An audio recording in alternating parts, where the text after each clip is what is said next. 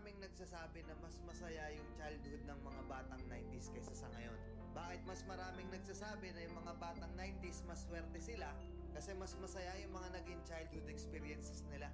Simple lang. Mga batang 90s, pakinggan nyo to. Lapit ka konti. Nung panahon natin hindi pa uso cellphone. Hindi pa uso yung puro Mobile Legends, lalaro ka sa cellphone, manonood ka sa cellphone. Lahat ng laro natin nung bata tayo puro physical. Naalala mo pa ba yung lalabas ka sa hapon para lang makipaglaro sa mga kaibigan mo? Yung tipong nababadrip ka na kasi nabuburot ka na sa laro. Pero tuloy ka pa rin kasi masaya ka makipaglaro sa kanila.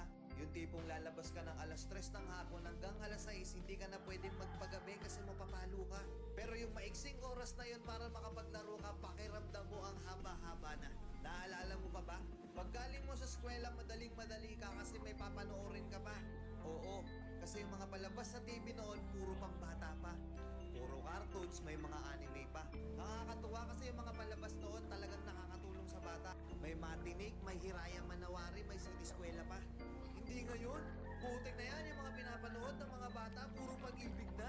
Puro drama.